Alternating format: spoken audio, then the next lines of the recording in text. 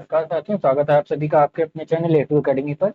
आज आपके लिए है मॉडल पेपर। देखिए, मॉडल पेपर में सीरीज वाइज से मैंने एडजस्ट किया हुआ है। सबसे पहले जीके, फिर उसके बाद साइंस, उसके बाद हिंदी, इंग्लिश, मैथ, इसी करके सारे पोर्शन तैयार किए हुए हैं। तो पेन आप पेपर साथ में लेके बैठिए, जितने क्वेश्चन आपके सही हो रहे होंगे नोट करते हुए चलिए। लास्ट में कमेंट बॉक्स में बताइएगा कि कितने आपके सही हुए।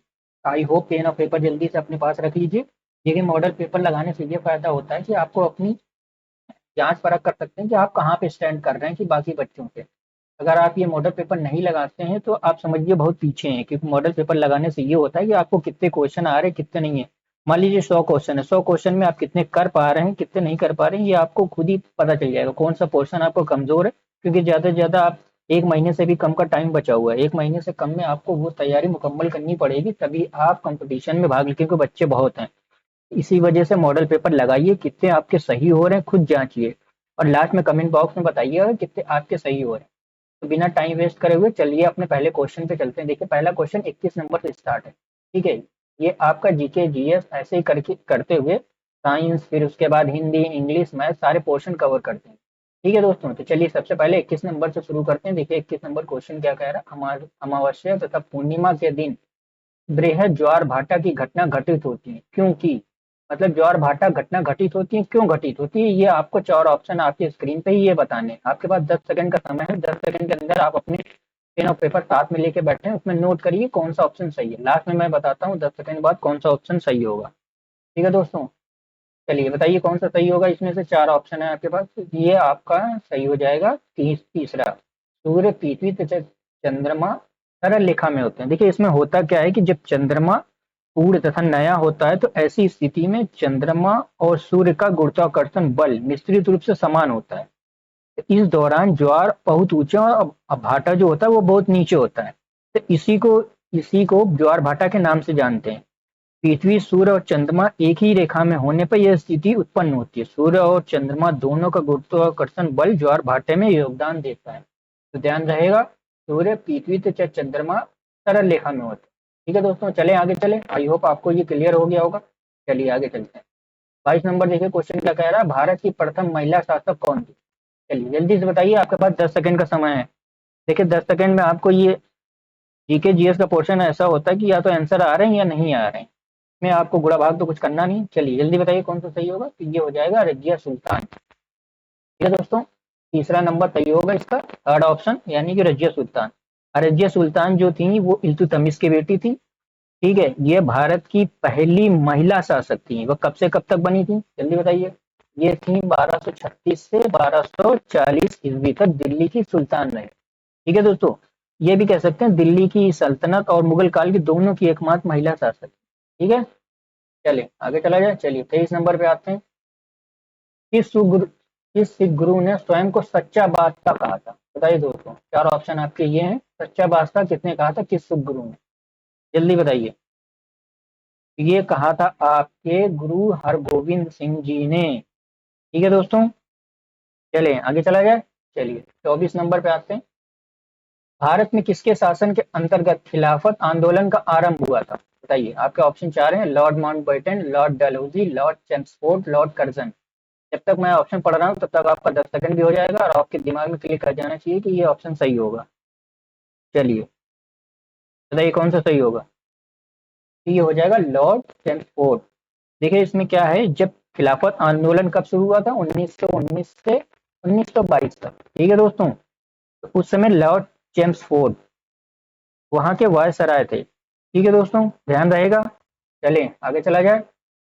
खिलाफत आंदोलन कभी कभी टाइम ड्यूरेशन भी पूछ लेता है, तो टाइम ड्यूरेशन याद रखिएगा, 1919 से 1922। ठीक है, और वहां के शासन के गवर्नर कौन थे, लॉर्ड चेम्सफोर्ड। चलिए आगे चला जाए। चलिए 25 नंबर के क्वेश्चन पे आते हैं। हैली का धूमकेतु कितनी अवधि में एक बार दिखाई देता है। मतलब हैली का जो धूमकेतु है कितने वर्षों में एक बार दिखाई देता है, 24 वर्ष, 32 वर्ष, 76 वर्ष, 84 वर्ष। बताइए दोस्तों, 25 नंबर। ये दिखाई देता है 76 वर्ष में एक बार। ठीक है दोस्तों, हैली का धूमकेतु। देखिए इसमें क्या होता है, 75 76, अगर 75 भी मिलता है या 75 या 76 दोनों होते हैं, लेकिन अगर दोनों में से एक ही ऑप्शन आपको देगा, अगर 75 वर्ष देता है तो 75 पे जाएंगे, अगर 76 वर्ष देता है तो 76 पे जाइए। ठीक है दोस्तों, एक धूमकेतु है और अंतिम बार कब दिखाई दिया था? 1976। ठीक है दोस्तों, ध्यान रहेगा। अब वो साइंटिस्ट जो हमारे हैं वो उम्मीद करते हैं कि 2061 में ये फिर से दिखाई देगा, यानी कि 75-76 वर्ष में दिखाई देता है। चलिए आगे चले जाए। ये 25 क्वेश्चन नंबर रिपीट हो गया, लेकिन 26 नंबर पे आते हैं। चलिए 20 पे आते हैं। भारत में नगर पालिका आयुक्त की नियुक्ति कौन करता है? बताओ दो। भारत में नगर पालिका की आयुक्त नियुक्ति कौन करता है? भारत के राष्ट्रपति, राज्यपाल, उच्च न्यायालय का मुख्य न्यायाधीश, राज्य सरकार। 26 नंबर।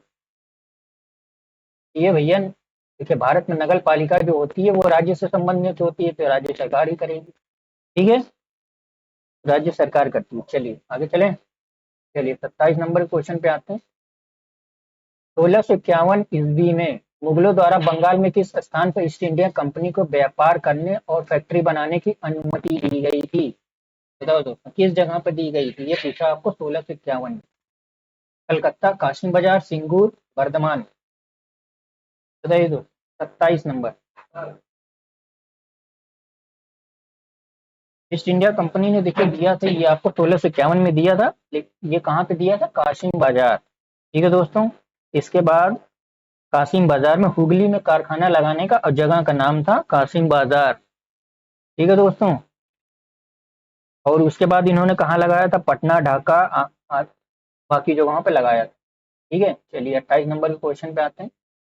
निम्नलिखित में से वो कौन सा सागर है जो भूबंध है? भूबंध का मतलब होता है चारों तरफ से बंद है, बताइए। लाल सागर, तिमोर सागर, उत्तरी सागर, अरल सागर। 28 नंबर। बताइए 28 नंबर।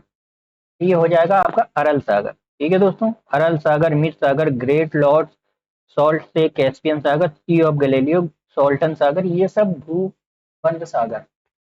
ठीक है, चलिए 29 नंबर क्वेश्चन पे आते हैं। शिव समुद्रम जलप्रपात किस नदी के मार्ग में पाया जाता है? शिव समुद्रम जलप्रपात किस नदी के मार्ग पर पाया जाता है? कृष्णा, गोदावरी, कावेरी, महानदी। चलिए 29 नंबर का क्वेश्चन बताइए। ये पाया जाता है कावेरी। ठीक है दोस्तों, शिव समुद्रम जलप्रपात जो है वो कर्नाटक में कावेरी नदी पर पाया जाता, नदी पर स्थित है। और इसकी लंबाई कितनी है? लंबाई कह लीजिए, ऊंचाई कह लीजिए, ये 90 मीटर के आसपास है। ठीक है दोस्तों, और इसका उपयोग जो होता है वो जल विद्युत परियोजना यानी कि बिजली बनाने के लिए उपयोग किया जाता है। ठीक है दोस्तों, चलिए आगे चलते हैं। 30 नंबर पे आते हैं। 30 नंबर देखिए क्या कर रहा है। निम्न में से किस राज्य में पोलिस सन्यासी परिवारों के लिए एक स्मारक स्तंभ स्थापित किया गया जिन्होंने द्वितीय विश्व युद्ध के दौरान भारत को अपना घर बना लिया? बता दो, किस राज्य में पोलिस शरणार्थी परिवारों के लिए स्मारक स्तंभ स्थापित किया? और ये वो लोग हैं जिन्होंने द्वितीय विश्व युद्ध के दौरान भारत को अपना घर बना लिया था। चलिए बताइए 30 नंबर क्या होगा? तो 30 नंबर, चलिए आपके 10 सेकंड खत्म होते हैं। 30 नंबर का सही हो जाएगा महाराष्ट्र। ठीक है दोस्तों, चलिए आगे चलें। 31 नंबर पे प्राचीनतम अंतर्राष्ट्रीय एयरलाइंस है? HLM, Air Canada, Qantas Airways, Air Sahara. बताइए सबसे पुराना अंतर्राष्ट्रीय एयरलाइंस आपसे पूछा है। चलिए 31 नंबर बताइए। तो ये आपका हो जाएगा डच KLM, सबसे पुराना है। और स्थापना कब हुई थी इसकी? 7 अक्टूबर 1919। ठीक है, तो क्वांटम एयरवेज की स्थापना 16 नवंबर 1920 को हुई थी। ये इसका है। ठीक है, और ये 8 अक्टूबर 1919, 16 नवंबर 1920 को क्वांटा एयरवेज हो सकता है ये ऑप्शन में ना दे, ये दे दे, तो ध्यान रखिएगा दोनों चीजें। ठीक है भाई, वो समझ में आ गया होगा। चलें आगे चला जाए। 32 नंबर पे आते हैं। सुलू राजवंश की स्थापना किसने की? चलिए बताइए फटाफट। सुलू राजवंश की स्थापना किसने की थी? देवराय, नरसिम्हा, अभिनव घोष, हिडिम्बा। 32 नंबर। ये भैया इन्होंने करी थी नरसिम्हा देव, इनका पूरा नाम होता है नरसिम्हा देव। कब करी थी? 1485 ईस्वी में, ध्यान रखिएगा। ठीक है, वो सुलू वंश का प्रथम शासक थे। ठीक है दोस्तों, ध्यान रहेगा। प्रथम शासक थे इन्होंने। बांदीपुर राष्ट्रीय उद्यान कहाँ स्थित? चेन्नई, मैसूर, बेंगलुरु, कोच्चि। बताइए। 35 नंबर। ये है मैसूर। मैसूर कहाँ पे पड़ता है? कर्नाटक। ठीक है, ध्यान रहेगा। बांदीपुर राष्ट्रीय प्राणी उद्यान कर्नाटक के चामराजा नगर में स्थित है। ठीक है, अब इसको कुछ एक्स्ट्रा फैक्ट में मैं बता दे रहा हूँ। यह एक समय में मैसूर राज्य के महाराजा के लिए आरक्षित निजी आखेट स्थल था, लेकिन अब इसे बाघ आरक्षित क्षेत्र घोषित कर दिया। ठीक है, आगे चला जाए। चलिए 34 नंबर पे चलते हैं। भारत में राष्ट्रीय मांस तथा पोल्ट्री प्रसंस्करण का केंद्र कहाँ है? तो दोस्तों, भारत में राष्ट्रीय मांस तथा पोल्ट्री प्रसंस्करण केंद्र कहाँ स्थित है? नई दिल्ली, कोच्चि, बेंगलुरु, मुंबई। 34। ये भैया आपका स्थित है नई दिल्ली में, ध्यान रखिएगा। देखिए, भारत सरकार ने देश में मांस और मुर्गी पालन संसाधनों को सरल और कारगर बनाने के लिए दिसंबर 2013 में नई दिल्ली में national meat and poultry processing की स्थापना की। यह बोर्ड स्वच्छ और स्वास्थ्यवर्धक मांस के उत्पादन और मांस उत्पादों से संबंधित सभी मुद्दों का समाधान करेगा। स्थापना कब हुई थी? दिसंबर 2013 में, ध्यान रहेगा। चलिए आगे चलते हैं। 35 नंबर। बिहार के किस जिले में सबसे अधिक नहर सिंचित क्षेत्र है? बताओ दोस्तों, बिहार के किस जिले में सबसे अधिक नहर सिंचित क्षेत्र है? पश्चिम चंपारण, औरंगाबाद, रोहतास, भोजपुर। बताइए दोस्तों। ये आपका हो जाएगा पश्चिमी चंपारण। ठीक है, चलिए आगे चलें। चलिए 36 नंबर पे आते हैं। भारतीय संविधान के किस अनुच्छेद में उपराष्ट्रपति को हटाने की प्रक्रिया दी हुई है? अनुच्छेद 67, अनुच्छेद 56, अनुच्छेद 60, अनुच्छेद 77। बताओ दोस्तों। 36 नंबर। ये हो जाएगा अनुच्छेद 67। ठीक है, चलिए 37 पे आते हैं। बलवंत राय मेहता कमेटी ने सुझाव दिया कि पंचायती राज की संरचना का स्तर होना चाहिए ग्राम, ब्लॉक, जिला, मंडल, जिला, ग्राम, जिला और राज्य, ग्राम, मंडल, जिला। बताइए दोस्तों, बलवंत राय जो मेहता कमेटी थी, क्या सुझाव दिया था उन्होंने? ये दिया था ग्राम, ब्लॉक और जिला, तभी से ये चला आ रहा है। ठीक है, चलिए 38 नंबर क्वेश्चन पे आते हैं। देखिए 38 नंबर क्वेश्चन आपके क्या कह रहा है। चलिए, भारत की नदियों को जोड़ने वाली पहली परियोजना पट्टी सीमा लिफ्ट इरिगेशन परियोजना जोड़ती है गोदावरी नदी से कृष्णा नदी, गंगा नदी से यमुना नदी, ब्रह्मपुत्र नदी से गंगा नदी, सतलज नदी से ब्यास नदी। चलिए 38 बताइए।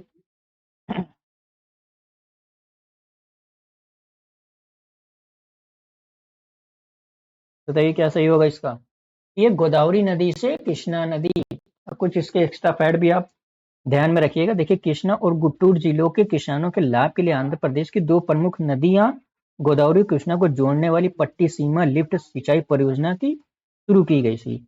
कब शुरू की गई थी भैया? ये 28 मार्च 2016। आई थिंक हाँ, 16 में शुरू की गई थी। ठीक है, 16 में शुरू की गई थी। ठीक है दोस्तों, और किसने शुरू की थी? आंध्र प्रदेश के मुख्यमंत्री एम चंद्रबाबू नायडू ने यह परियोजना राज्य के लोगों को समर्पित की थी। कब? 28 मार्च 2016। ठीक है, ध्यान रहेगा। चलिए आगे चलते हैं। 40 नंबर क्वेश्चन देखिए क्या कह रहा है। निम्न में से कौन सा राष्ट्र राजशाही प्रथम विश्व युद्ध में केंद्रीय शक्तियों यानी सेंट्रल पावर नामक गठबंधन का एक हिस्सा था? निम्न में से कौन सा राष्ट्र या राजशाही प्रथम विश्व युद्ध में केंद्रीय शक्तियों यानी सेंट्रल पावर नामक गठबंधन का एक हिस्सा था? फ्रांस, ऑस्ट्रिया हंगरी, रूस, ब्रिटेन। 40 नंबर। ये भैया था ऑस्ट्रिया हंगरी। ठीक है दोस्तों, चलिए आगे चला जाए। 41 नंबर। निम्नलिखित में से कौन सा कालक्रम सही है? बताइए। देखिए अब स्क्रीन पे है आपके, ऑप्शन में नहीं पढ़ रहा हूँ, आप खुद पढ़ो। बताओ इसमें से कौन सा सही होगा। चलिए इसके लिए मैं 15 सेकंड का टाइम देता हूँ आपको, जल्दी फटाफट बताइए क्या सही होगा इसका।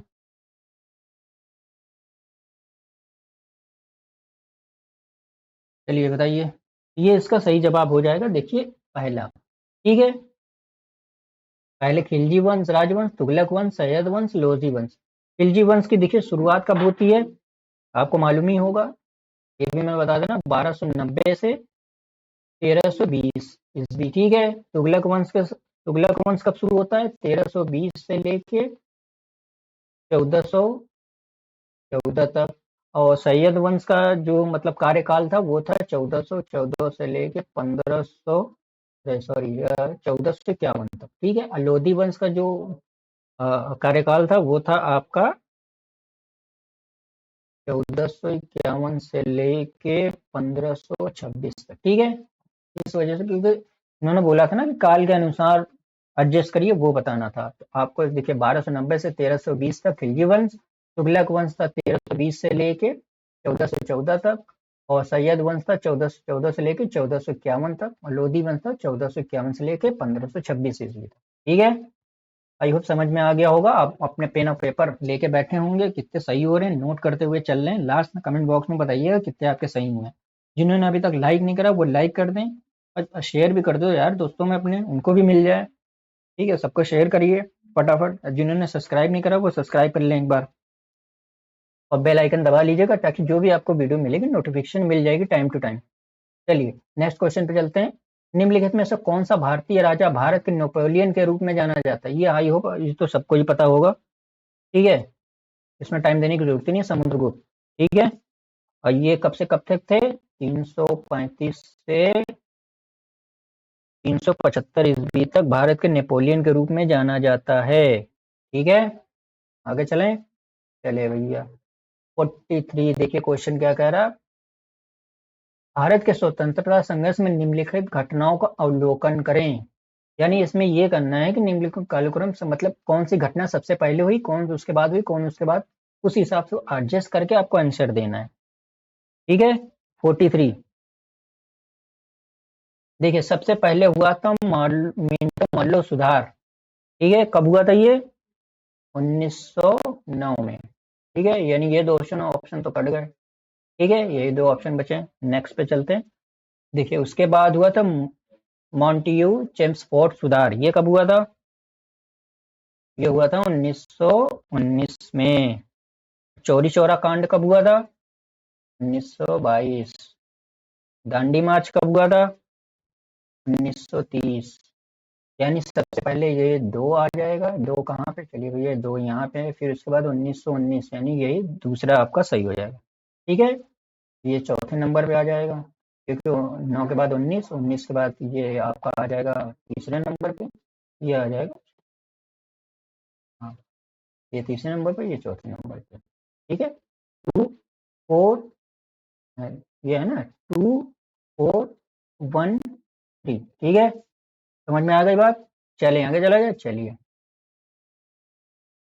वह ग्रह जो दक्षिणावर्त घूर्णन करता है, पृथ्वी, शुक्र, मंगल, प्लूटो। बताओ भैया, शुक्र है। ये दक्षिणावर्त अपना अपने अक्ष पे घूमता है। पृथ्वी के जैसा कि उत्तरी ध्रुव जिसे पश्चिमी से पूर्व की ओर अग्रसर है, के ऊपर देखा जा सकता है। सौरमंडल में शुक्र और यूरेनस को छोड़कर सभी ग्रह, ध्यान रखिएगा, शुक्र और यूरेनस को छोड़कर सभी वामावर्त यानी कि क्लॉकवाइज घूमते हैं। ठीक है, चलिए आगे चलें।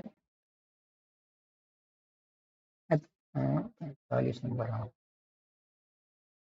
चलिए 45 नंबर बताइए। निम्नलिखित में से कौन सा कथन सही नहीं है? भारत का सबसे बड़ा बौद्ध मठ असम में है।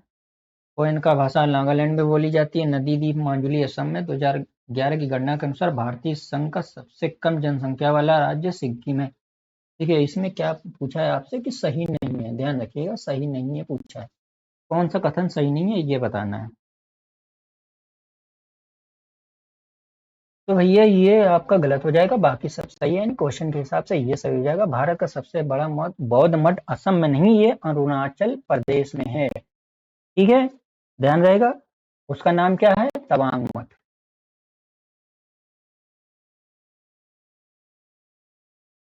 तवांग मठ है उसका नाम, तवांग मठ है, ध्यान रहेगा। चलिए आगे चले, बाकी सब सही है, कोई दिक्कत नहीं ना। चलिए आगे चलते हैं। 46 देखिए क्वेश्चन क्या कह रहा है। भारत की निम्नलिखित तेल रिफाइनरों को पश्चिम से पूर्व की तरफ लगाएं। पश्चिम से पूर्व की तरफ लगाना है। कोयली, बोइंगाव, मथुरा, हल्दिया। चलिए बताइए। देखिए कोयली कहाँ है? कोयली मैं आपको बता दे रहा हूँ, ये है आपका गुजरात में। ठीक है, गुजरात में, पता चल गया। और उसके बाद क्या पूछा है, मथुरा देखिए कहाँ है, यूपी में है भैया, ठीक है। हल्दिया आपका कोलकाता में है, कोलकाता, ठीक है। बोईगांव असम में है, ठीक है, असम में। इस हिसाब से बताइए क्या पूछा, पश्चिम से पूर्व की ओर जाना है ना दोस्तों, तो पश्चिम से पूर्व की ओर ये हो जाएगा, यानी सबसे पहले गुजरात, फिर उसके बाद मथुरा, फिर उसके बाद कोलकाता, फिर असम, ठीक है, ध्यान रहेगा। कोयली कहाँ है, गुजरात में, मथुरा यूपी में, बोईगांव असम में, हल्दिया कोलकाता। 47 पे आते हैं, मॉन्टेग्यू चेम्सफोर्ड रिपोर्ट किसका आधार तैयार किया था, बताओ दोस्तों।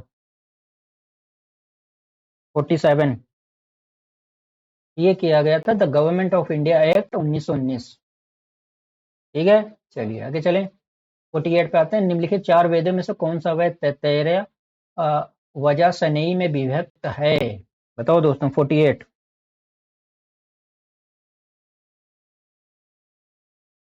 ये आपका हो जाएगा यजुर्वेद, 48 का यजुर्वेद हो जाएगा, ठीक है। चलिए 49 नंबर पे चलते हैं, भारत के उपराष्ट्रपति को हटाने का प्रस्ताव कहाँ लाया जा सकता है, लोकसभा में, संसद के किसी सदन में, संसद के संयुक्त बैठक में, केवल राज्यसभा में, चलिए बताइए। 49 नंबर 49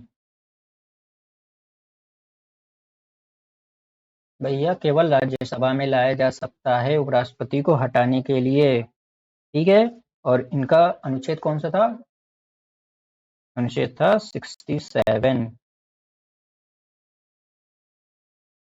मतलब अनुच्छेद 67 ये बताता है कि उपराष्ट्रपति को हटाने के लिए आप सदस्यों से बहुमत पारित कराइए, ठीक है, वो भी। चलिए आगे चलें, ये 50 नंबर पे आते हैं, निम्नलिखित में से कौन पनामा के सीमा से नहीं सटा हुआ है, कोस्टा राइजा, प्रशांत सागर, कोलंबिया, वेनेजुएला।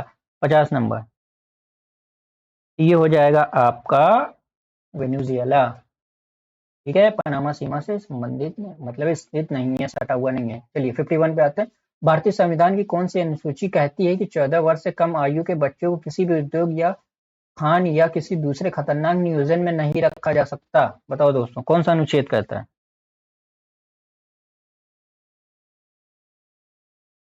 51 ये हो जाएगा अनुच्छेद 24, देखिए अनुच्छेद 24 यही कहता है कि आप 14 वर्ष से कम के बच्चों को किसी भी उद्योग, कारखाना या किसी भी जगह काम पे नहीं लगा सकते, ठीक है। और इसके शोषण के विरुद्ध अधिकार कहता है, एक मौलिक अधिकार भी है, ठीक है। शोषण के विरुद्ध अगर कोई रखता है तो अनुच्छेद 24 लगा के शोषण के विरुद्ध ये आपका एक मौलिक अधिकार है, ठीक है दोस्तों।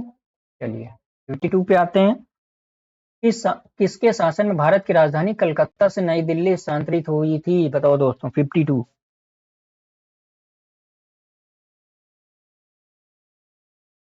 बताओ दोस्तों कौन सा सही होगा, तो ये हो जाएगा लॉर्ड हॉर्डिंग, इनका जब ये कब से कब थे, 1911 से लेकर 1916, ठीक है, ध्यान रहेगा। भाई कब स्थानांतरित हुई थी भैया, 1911 में, ठीक है, ध्यान रहेगा। कभी कभी वर्ष भी पूछ लेता है, ये कलकत्ता से नई दिल्ली कब स्थानांतरित हुई थी, तो 1911 में हुई, ठीक है। चले आगे चला जाए, देखिए चलिए 53 पे आते हैं, नेहरू रोजगार योजना का मुख्य उद्देश्य क्या था, बताइए। आपके ऑप्शन ये चार, बताइए फटाफट जल्दी से। 53 ये सही हो जाएगा, 3 नंबर, शहरी बेरोजगार को रोजगार प्रदान करना, ठीक है। इसकी शुरुआत कब हुई थी, 1989-90 में इसकी स्थापना हुई थी नेहरू जी के कार्यकाल के दौरान। इसका मुख्य उद्देश्य था कि शहरी बेरोजगार या अल्प नियोजित गरीबों को रोजगार प्रदान करना, ठीक है। चलिए चलते हैं 54 नंबर पे आ गए, संविधान की व्याख्या करने के लिए भारत में उच्चतम प्राधिकरण कौन है, लोकसभा, सर्वोच्च न्यायालय, राज्यसभा, चुनाव आयोग। 54 तो भैया ये सर्वोच्च न्यायालय, ठीक है। चलिए 55 पे आते हैं, प्रसिद्ध फतेहपुर सिकरी को किसने बनवाया था, बताओ दोस्तों, फतेहपुर सिकरी को किसने बनवाया था। 55 नंबर ये भैया बनवाया था अकबर ने, ठीक है। कब बनवाया था, 1569, यानी कि 1569, ठीक है। फतेहपुर सिकरी की स्थापना किसने की, अकबर ने की। कब की, 1900 अपनी सेना के द्वारा चित्तौड़ और रणथंभौर को जीतने के बाद की गई, और एक बात और ध्यान रखिएगा, 1571 से 1585 तक मुगल साम्राज्य की राजधानी रही। बाद में इसका परित्याग वर्तमान में फतेहपुर सिकरी उत्तर प्रदेश के आगरा जिले में है और एक शहर है। ठीक है, चलिए 56 नंबर पे आते हैं। 1600 ईस्वी में लगभग बिहार की यात्रा करने वाला अब्दुल लतीफ कहाँ का रहने वाला था? बताओ दोस्तों, 56 नंबर कहाँ का था? ईरान का। ठीक है, चलिए 57 पे आते हैं। बिहार शरीफ का नगर मध्यकाल में किसके लिए महत्वपूर्ण था? व्यापार के लिए, सूफी संतों की गतिविधियों के लिए, प्रांतीय प्रशासन के केंद्र के रूप में, स्वैच्छिक केंद्र के रूप में। 57 ये था प्रांतीय प्रशासन के केंद्र के रूप में। चलिए आगे चला जाए, 58 पे अपने लोग पहुंच गए। बिहार राज्य के प्राचीन व नवीन नगरों के युग में से कौन सा युग्म असत्य है? मतलब कौन सा सही नहीं है वो बताना है आपको। ये है वैशाली, भागलपुर। ठीक है दोस्तों, चलिए 59 नंबर पे आते हैं। बिहार राज्य में कहाँ विक्रमशिला गंगा डॉल्फिन अभ्यारण्य स्थित है? बताओ दोस्तों। 59 ये आपका स्थित है भागलपुर में, ध्यान रहेगा। चलिए आगे चलें, 60 नंबर पे आते हैं। 60 नंबर के क्वेश्चन क्या कह रहे हैं, तो छोटा कर लेता हूँ मैं, बड़ा लंबा क्वेश्चन है, और भी छोटा करना पड़ेगा तभी दिखेगा। चलिए अब आते हैं। बिहार के संस्थानों के स्थापना वर्ष को सही सुमेलित करिए। 60 नंबर। ठीक है, चलिए मैं इसका आंसर बता दे रहा हूँ। देखिए ये कब बना था? Arabic and Persian research institute Patna में। तो ये बना था 1955 और 56 मान के चलिए। ठीक है, और ये वैशाली बना था, वैशाली संघ बना था 1945। ठीक है, प्राकृतिक एवं जैन शास्त्र शोध संस्थान वैशाली, ये आपका बना था, ये भी बना था 1955 में। ठीक है, मैथिली साहित्य परिषद, ठीक है, ये बना था 1939 में। ठीक है, कला भवन पूर्णिया, ठीक है, ये बना था 1955 में। ठीक है, ये आपका कौन सा सही हो जाएगा? सबसे पहले कौन बना था, फिर उसके बाद कौन बना, ये बताना है ना दोस्तों। तो ये 3 नंबर सही हो जाएगा। ठीक है, 1939 में ये बना था, और ये 4 नंबर सही हो जाएगा। क्लिक कर दिया मैंने।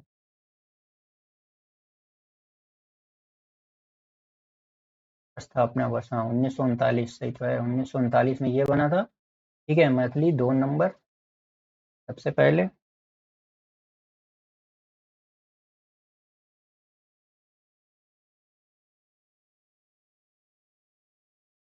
क्या क्वेश्चन पूछा है, फिर से देखते हैं। बिहार के संस्थान उसके स्थापना वर्ष को सही सुमेलित करिए। हाँ ठीक तो है दोस्तों, क्या दिक्कत है? पहले का हो जाएगा तीसरा। ठीक है, फिर उसके बाद हो जाएगा बी का हो जाएगा पहले नंबर पे, यानी 3142, ये सही होगा आपका चौथा नंबर। ठीक है, चलिए आगे चलते हैं। 61 नंबर क्वेश्चन क्या कह रहा है? निम्नलिखित में से कौन सी ब्रिटिश भारत में नील खेती के लिए संबंधित एक प्रणाली थी? बाली, नीस, वड़िकत, जब्त। 61 ये हो जाएगा नीस। ठीक है, चलिए आगे चलें। 62 देखिए क्या कह रहा है। किसी देश का संविधान कई उद्देश्यों की पूर्ति करता है, निम्नलिखित में से कौन सा विकल्प इसमें से एक नहीं हो सकता? 62 बताइए। वह नियम सिद्धांतों के समुच्चय कार्य करता है जिनके आधार पर देश को नियंत्रित किया जा सकता है, यह हमारे समाज के मौलिक अधिकार इसमें शामिल है कि देश को सरकार के अध्यक्षीय रूप को बरकरार रखना चाहिए। कुछ आदर्शों को सहमति देता है जिससे देश में बरकरार रखा जाना चाहिए। कौन सा सही होगा? तो ये वाला सही होगा। इसमें यह शामिल है कि देश को सरकार के अध्यक्षीय स्वरूप को बरकरार, अध्यक्षीय तो है नहीं अपने यहाँ। अपने यहाँ तो इलेक्शन के थ्रू होता है ना दोस्तों। चलिए, मुगल बादशाह अकबर की मृत्यु निम्नलिखित में से किस वर्ष हुई थी? 63 नंबर। ये हुई थी आपकी 1605 में। ठीक है, ध्यान रहेगा। चलिए आगे चलें। 63 नंबर, मुगल बादशाह अकबर की मृत्यु निम्नलिखित में से किस वर्ष हुई? ये तो हो गया ना दोस्तों 63 नंबर। चलिए 64 पे आते हैं। निम्नलिखित में से किस राज्य में नाहरगढ़ किला स्थित है? महाराष्ट्र, राजस्थान, पंजाब, गुजरात। 64 नंबर। ये आपका है राजस्थान, जयपुर के आसपास स्थित है, ध्यान रखिएगा। ठीक है, चलिए 65 नंबर पे आते हैं। जनसंख्या के आकार, क्षेत्रीय वितरण, उसकी संरचना, जन्म मृत्यु प्रवास, उम्र बढ़ने के कारण समय के साथ जनसंख्या कैसे बदलती है, इसका अध्ययन है। ठीक है, तो इसको अध्ययन को क्या कहते हैं ये पूछा है आपको। तो ये कहते हैं डेमोग्राफी। ठीक है, जनसंख्या के आकार, क्षेत्रीय वितरण, उसकी संरचना, जन्म, ठीक है, ये सब अध्ययन जो करता है उसको डेमोग्राफी कहलाती है। ठीक है, चलिए 66 नंबर पे आते हैं। सिंधु घाटी सभ्यता के घरों में कमरे आमतौर पर बने होते थे, कुएं, अंगीठी, आंगन, पानी की टंकी। बताओ दोस्तों 66 नंबर। भैया आंगन बने होते थे। देखिए सिंधु घाटी सभ्यता के मकान में एक या दो मंजिला ऊंचे होते थे, जिसमें एक आंगन के चारों ओर कमरे बने होते थे। अधिकांश घरों में नहाने के लिए अलग जगह थी और कुछ में पानी की आपूर्ति के लिए कुएं भी थे। ठीक है, तो कमरे के तौर पूछा है ना दोस्तों का। देखिए कमरे आमतौर पर एक आंगन के आसपास बने होते थे, तो एक आंगन बीच में होता, बाकी सब कमरे वगैरह बने होते थे। ठीक है दोस्तों, चलिए। दक्का ढाका में अखिल भारतीय मुस्लिम लीग का गठन किया गया, इसके बारे में निम्नलिखित में कौन सा कथन सत्य नहीं है ये बताना है आपको। ठीक है, अखिल भारतीय मुस्लिम लीग गठन किया गया था, इसमें से कौन सा सही नहीं है ये बताना है आपको। 67, ये मुसलमानों के लिए निर्वाचन मंडल चाहता था, ये बिल्कुल बात सही। लीग में बंगाल विभाजन का समर्थन नहीं किया। ठीक है, तो ये भैया गलत हो जाएगा, इन क्वेश्चन के साथ, तो यही सही होगा। 1906 में गठन किया गया था, इसका गठन मुस्लिम जमींदार और नवाब समूह द्वारा किया गया था, बिल्कुल सही है, ये सब भी सही है। ठीक है, 2 नंबर गलत है। महावेली गंगा की सबसे लंबी नदी है, बताओ दोस्तों। 8, महावेली गंगा जो कि श्रीलंका में बोली जाती है। ठीक है दोस्तों, ग्रैंड सैंडी नदी श्रीलंका की सबसे नदी है। ठीक है, जिसकी कुल लंबाई 335 किमी है, ध्यान रखिएगा। ठीक है, चलिए। 69, निर्गम मूल्य क्या है। यह बाजार मूल्य से अधिक मूल्य है, या बाजार मूल्य से कम मूल्य है, किसान द्वारा तय किया गया मूल्य है, या बाजार मूल्य के समान मूल्य है, बताइए निर्गम मूल्य क्या है। 69, यह है बाजार मूल्य से कम मूल्य है। ठीक है, चलिए। 70 नंबर पे आते हैं। ग्रेट इंडियन डेजर्ट के बारे में निम्नलिखित में से कौन सा कथन गलत है। गलत पूछा है दोस्तों, वो बताना है आपको कौन सा कथन गलत है। ठीक है, 70 नंबर। भारत का सबसे बड़ा मरुस्थल है, ठीक है। कांटेदार झट्टियों के साथ पद्मा क्षेत्र की प्रमुख नदी है, ये गलत है। ठीक है, यह गंगा की मुख्य जो बंगाल की खाड़ी के निकट मेघना नदी के साथ संगम 120 किलोमीटर तक दक्षिण से पूर्व बहती है। देखिए अब जीके जीएस का पार्ट हो गया, अब हिंदी पे आते हैं। ठीक है दोस्तों, देखिए इसलिए अलग अलग पोर्शन मैंने बना के रखे हुए हैं ताकि आपको आसानी हो जाए। ठीक है, चलिए चला जाए। चलिए, आचार शब्द में अति उपसर्ग जोड़ने पर नया शब्द क्या बनेगा, ये बताना है आपको। चलिए बताइए। आचार में अति उपसर्ग जोड़ने पर क्या बनेगा। देखिए अति प्लस आचार, ये बन जाएगा आपका। ठीक है, जब ये हटता है तो बन जाता है अत्याचार। 3 नंबर सही है। ठीक है, आवट प्रत्यय में कौन सा शब्द नहीं है बना है। आवट प्रत्यय में कौन सा शब्द नहीं बना है। देखिए इसका होता क्या है कि जैसे आवट, लिखावट, यानी कि जैसे इसको अलग करेंगे, जैसे ये लिख धन आवट, ये पूछा है आपको। ठीक है, तो इसमें क्या हो गया, लिखावट, सजावट, पकावट, चिकनाहट, ये आपको बताना है कौन सा शब्द नहीं बना है।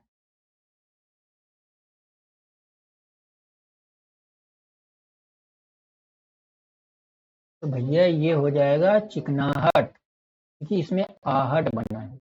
ठीक है, ना कि आवट। समझ रहे हैं, इसमें आहट है, इसमें आवट। ठीक है, देखिए सब में लिखावट, थकावट, सजावट, चिकनाहट, ह ह शब्द जो है वो बना हुआ है। ठीक है, चलिए तीसरे नंबर पे कलेजा फटना मुहावरे का सही अर्थ बताइए क्या है। ये तो बता ही दे देंगे, इसमें तो कोई दो राय है नहीं कि आप बताना पाओ ये। ठीक है, ये असहनीय दुख होना कलेजा फटने का। ठीक है, किस क्रमांक का वाक्य शुद्ध है। बताइए इसमें से जो आपके 4 ऑप्शन दिए गए हैं इसमें से कौन सा वाक्य शुद्ध है? हत्यारे को मृत्यु दंड की सजा मिली। घर में केवल एकमात्र दरवाजा है। बेटी पराये घर का धन होता है, बेटी पराया धन होती है, ऐसा होता है ना। निराशा की बदली छाई हुई है, तो ये आपका ऑप्शन नंबर 4 सही हो जाएगा। ठीक है, चलिए 5वें पे आते हैं। इस क्रमांक का शब्द पथस्तर का पर्यायवाची नहीं है। पाषाण, पाहन, उपल, उत्पल। 5 नंबर बताओ दोस्तों। देखिए प्रशस्तर का पर्यायवाची होता है पाषाण, सही है दोस्तों। पाहन भी सही है, ठीक है। उपल भी सही है। ये उत्पल, उत्पल नहीं है, ये गलत। ठीक है। निम्नलिखित अंग्रेजी वाक्य का हिंदी में अनुवाद करें, बताओ दोस्तों। Don't be late, it can rain any time. बताओ दोस्तों क्या सही होगा। इसका पहला सही हो जाएगा। देखिए डोंट बी लेट यानी कि देर मत करो, it can rain any time, कभी भी बारिश आ सकती है, बारिश आ सकती है। ठीक है दोस्तों, कभी भी बारिश आ सकती है, एनी टाइम। ठीक है, बाकी कभी भी कभी भी बारिश आ सकती है, ये सब गलत है। ठीक है, चलिए। निजवाचक सर्वनाम का उदाहरण है, बताओ दोस्तों। निजवाचक सर्वनाम का, ठीक है। निजवाहक होता क्या है? जिस सर्वनाम में स्वयं का बोध हो उसे निजवाहक सर्वनाम कहते हैं। ठीक है, समझ में आया? जिस सर्वनाम में स्वयं का बोध हो उसे निजवाचक सर्वनाम कहते हैं। तो इसमें कौन सा है बताइए। तो इसमें हो जाएगा हमें अपना काम स्वयं करना पड़ेगा। जैसा करोगे वैसा भरोगे, ये तो कुछ है ही नहीं। हम किसी को कुछ नहीं बिगाड़ सकते, कोई मतलब ही नहीं है। ठीक है, चलिए। उचित संबोधक में रिक्त स्थान भरिए। बालक चांद डैश, यहाँ खाली स्थान देख रहा है। बालक चांद, बताओ दोस्तों। बालक चांद की तरफ देख रहा है, इसमें क्या ऑप्शन टाइम देना। तो चलिए 9वें नंबर। कौन पापाती को अकेले छोड़कर नहीं जाना चाहते थे? 9 नंबर।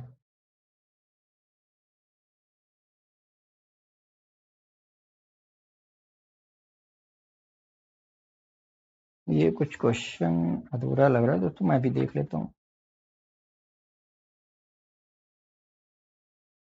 ठीक है,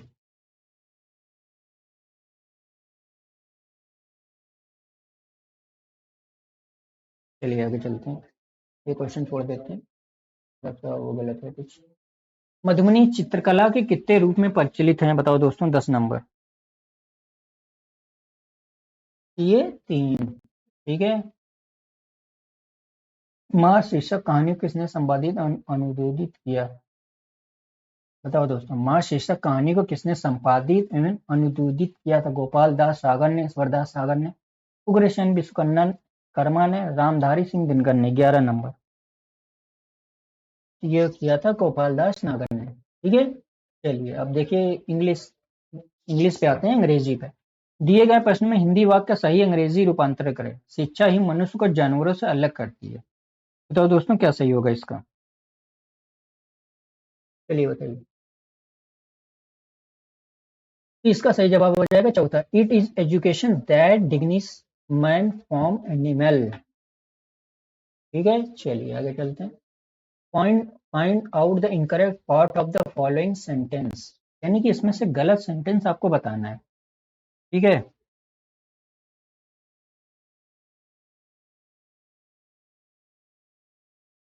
चलिए 13 नंबर बताइए। In the last week I told him to come in time but still comes late. देखिए यहाँ पे सबसे गलत हो जाएगा आपको पहला। ठीक है, क्योंकि इन द दिया हुआ है ना, तो इन द नहीं आएगा, लास्ट वीक। लास्ट वीक देता तो ये सही होता, तो लास्ट वीक आपका यहाँ पे सही है। ठीक है, चलिए नेक्स्ट क्वेश्चन पे चलते हैं। Fill in the blanks appropriate conjunction. ठीक है, यहाँ पे आपको एकदम करेक्ट आंसर बनना, क्या सही होगा। लुक आउट, यू, इसका सही जवाब हो जाएगा विल फॉल। ठीक है, चलिए 15 नंबर क्वेश्चन पे आते हैं। देखिए क्या दिया हुआ। On the basis of given sentence pick out the correct sentence, convert in interrogative from given option. ठीक है, इसमें से करेक्ट आंसर आपको चूज करना है, यानी कि इंट्रोगेटिव फॉर्म में बनाना है। ठीक है, प्रश्नवाचक चिन्ह में इसको बदलना। I am writing a short story. ठीक है, बताइए इसका क्या सही जवाब होगा। ठीक है, इसमें इसका सही जवाब हो जाएगा आपका I am writing a short story. ठीक है, देखिए इसमें क्या होता है, auxiliary verb plus subject plus weighing. ठीक है, चलिए एंटोनिम्स ऑफ हॉस्टल, हॉस्टाइल, मतलब इसका विलोम बताना है आपका कि क्या होगा। देखो हॉस्टाइल का एक एडजेक्टिव है, ये वैरपूर्ण होता है, इसका मतलब क्या होता है, वैरपूर्ण। ठीक है, तो इसका विलोम बताइए क्या होगा।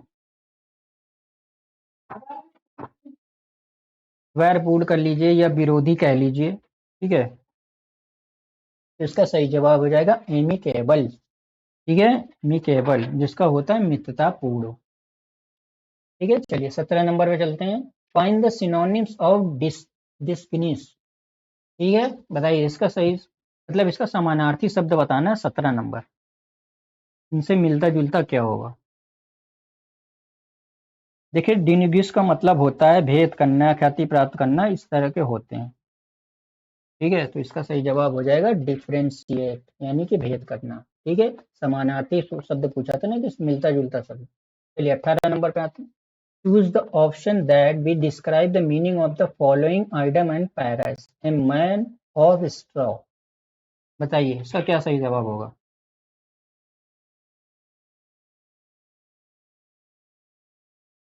तो इसका सही हो जाएगा ए मैन नो सब्सटेंस। ठीक है, चलिए 19 नंबर पे आते हैं। What is the meaning of mercurial as use in the chapter. 19 number,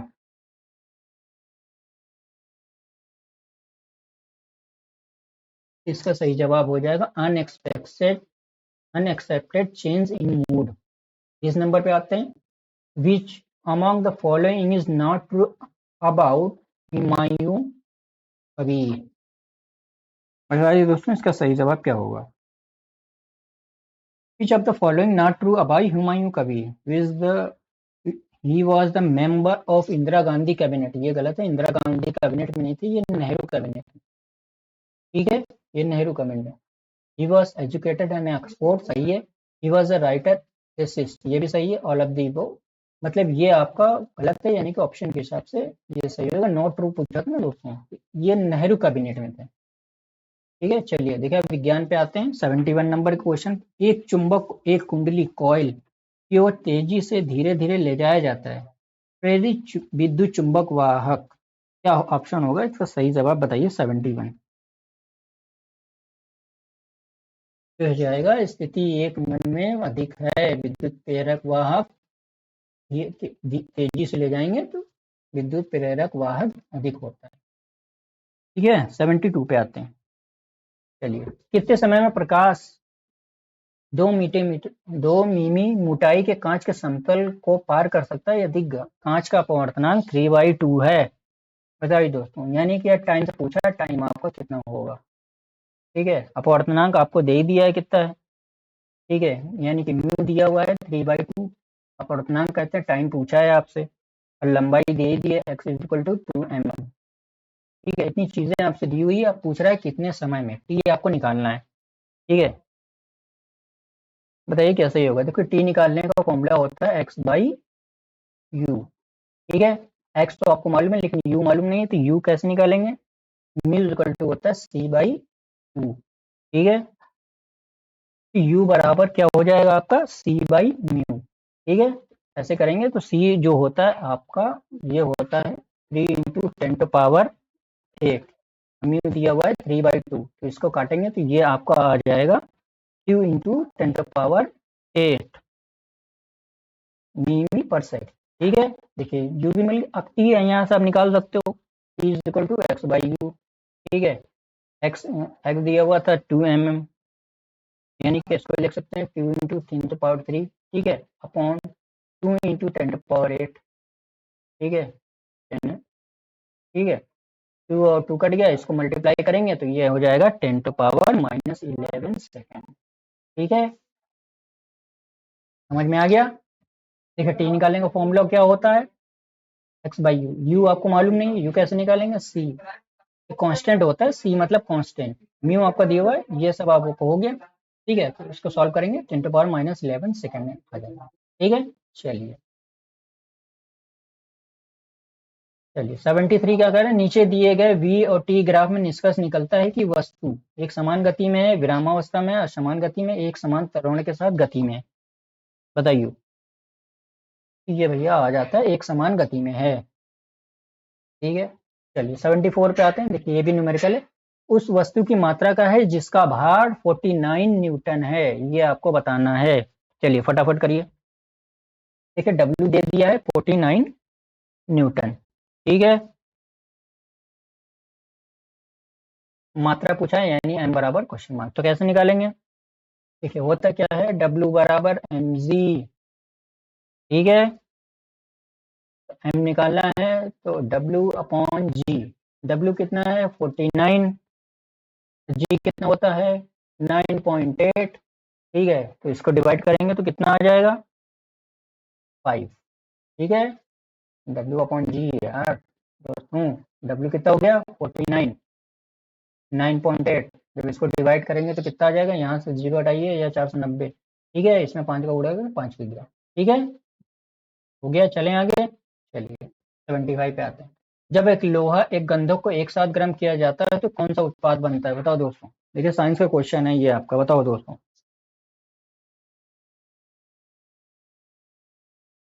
कौन सा बनता है, FeS।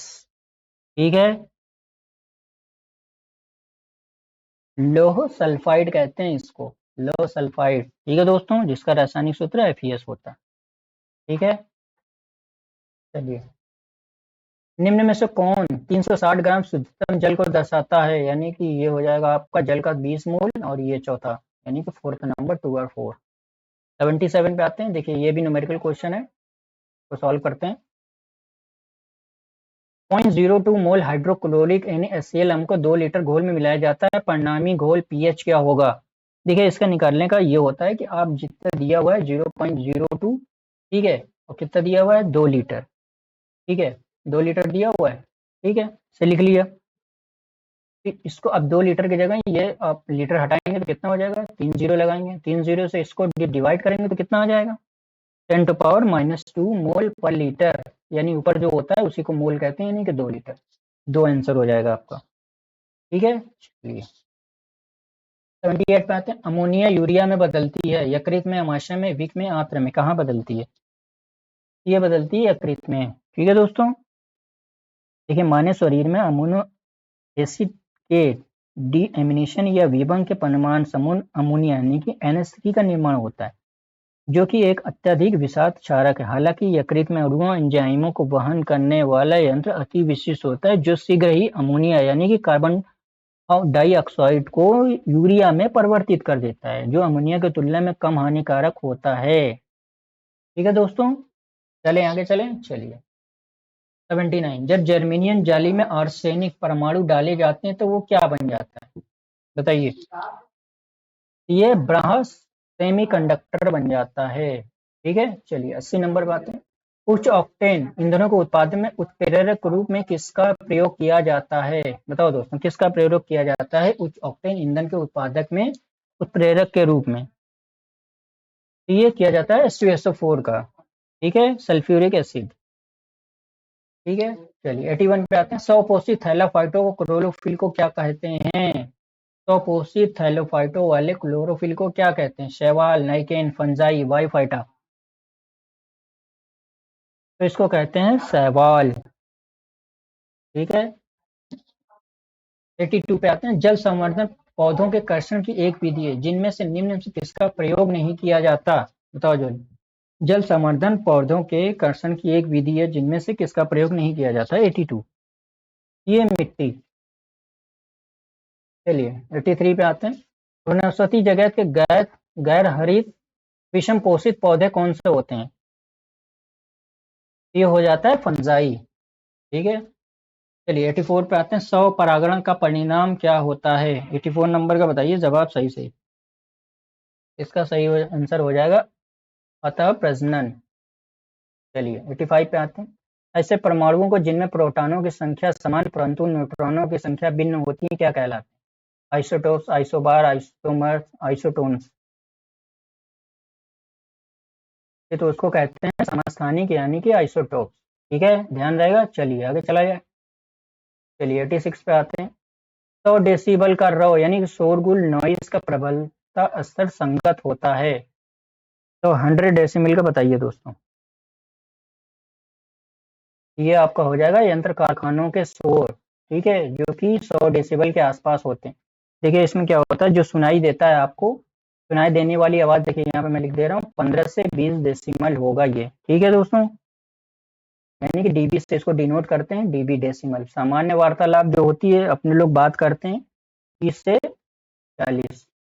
ठीक है, और शोर शराबे वाली गली की जगह जो होती है 90 से 95 इनका पैरामीटर होता है। ठीक है, तो सुनने वाली आवाज भी कभी कभी एग्जाम में पूछ लेता है, तो अगर पूछता है तो क्या 15 से 20 डेसिबल। जो आम बोलचाल भाषा में अपने लोग बात करते हैं 3 से 40 डेसिबल। और शोर शराबे वाली जगह, ठीक है, 90 से 95। यंत्र कारखानों में 100 डेसिबल के आसपास की नॉइस होती है। ठीक है, चलिए 87 पे आते हैं। अम्लीय वर्षा में प्राय में क्या अधिक मात्रा में होता है? जो अम्लीय वर्षा होती है उसमें सबसे ज्यादा क्या पाया जाता है? 87, ये पाया जाता है आपका हाइड्रोक्लोरिक अम्ल। ठीक है, चलिए 82 पे आते हैं। पके हुए टमाटरों का लाल रंग इसकी उपस्थिति के कारण होता है। आई होप ये तो बता ही ले जाओगे, इसमें तो कोई टाइम ही नहीं देना है। ठीक है, 88 का। ठीक है, कैरोटाइन। ठीक है, चलिए 88 पे आते हैं। पैरा बैंगनी यूवी क्षति से पादपों की रक्षा करने वाला वर्णक है, बताओ दोस्तों 89 नंबर। तो ये हो जाएगा फाइकोशाइनिन। ठीक है, 89 नंबर। चलिए आज क्लास का लास्ट क्वेश्चन करते हैं, 90 नंबर। नर पुष्प और स्त्री पुष्प दोनों को जन्म देने वाले पादप कहलाते हैं। 90 नंबर बताओ दोस्तों क्या होगा, फटाफट जल्दी से। ये कहलाते हैं उभयलिंगाश्रयी। ठीक है दोस्तों, देखिए अपने लोगों ने एक मॉडल पेपर कर लिया, 90 क्वेश्चन करेंगे। ठीक है दोस्तों, बाकी जो मैथ के क्वेश्चन बनते हैं वो नेक्स्ट क्लास में सर आपको लेके आ जाएंगे। ठीक है, मैथ की क्लास भी ज्वाइन करिएगा। ठीक है, 90 क्वेश्चन में आप जल्दी से कमेंट बॉक्स में बताइए कितने आपके सही हुए हैं। ठीक है, क्योंकि ये देखिए ये मॉडल पेपर आपको खुद के जांचने का एक तरीका है, बेस्ट तरीका है, ताकि आपको भी पता चले ना कि दोस्तों कहाँ पे आप स्टैंड कर रहे हो। ठीक है दोस्तों, अगर क्लास अच्छी लगी हो तो लाइक करिए, अपने दोस्तों में शेयर करिए, उनको भी बताइए क्लास यहाँ पे चल रही है, मॉडल पेपर प्रैक्टिस करो, ज़्यादा से ज़्यादा प्रैक्टिस करिए, क्योंकि अब टाइम बचा नहीं है। आज देखिए 13 तारीख हो गई है, आपके एग्जाम स्टार्ट होने वाले हैं ज़्यादा से ज़्यादा 20 दिन बाद। ठीक है, मैक्सिमम 20 दिन का टाइम है। एडमिट कार्ड भी हो आ गया है। आई होप आप लोगों ने एडमिट कार्ड अपने अपने डाउनलोड कर लिए हैं। तो जब एडमिट कार्ड आ गया भैया तो एग्जाम होने हैं, तैयारी में जी जान से जुट जाइए। ठीक है, क्लास अच्छी लगी हो तो लाइक करिए, शेयर करिए अपने दोस्तों में। ठीक है, तब तक के लिए खुश रहिए, मुस्कुराते रहिए दोस्तों। जय हिंद।